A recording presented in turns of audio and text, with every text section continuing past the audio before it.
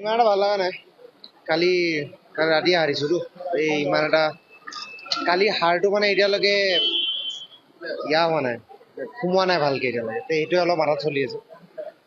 বাকী একো নাই, ছিজনটো ভাল গৈছে। টিমক এটা ষ্টেজলৈকে আনিব পাৰিছো, সেইটো কথা আৰু এটা বস্তু ভাল লাগিছে যে অকল পাৰফৰ্মেঞ্চ দি মোৰ ভাল হোৱা নাই, বাট টিমৰ বহুতখিনি এটা হেল্প হৈছে, খুবেই ভাল লাগিছে। বহু অভিজ্ঞ ক্ৰিকেটাৰে আপোনাক প্ৰশংসাও কৰিছে আৰু এইবাৰ ছিজনটো যদি চাব যাওঁ সঁচাকৈ আপোনাৰ উজ্জ্বলি উঠিছে।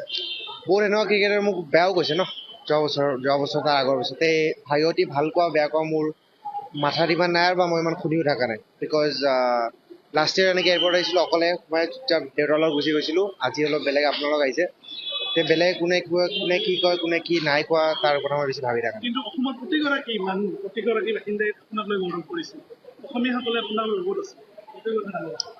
অফক'ৰ্চ নিজৰ সেইটো এটা কথাই জানো।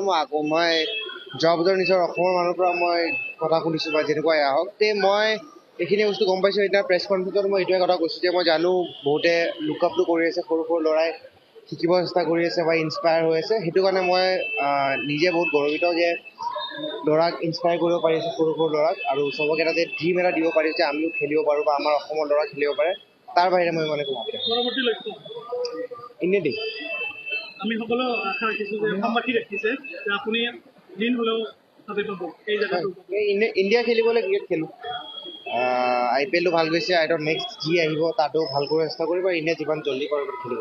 আপুনি 16খন খেলিছিলে এইবাৰ IPL? আপুনি IPL 16খন খেল খেলিছিলে এইবাৰ?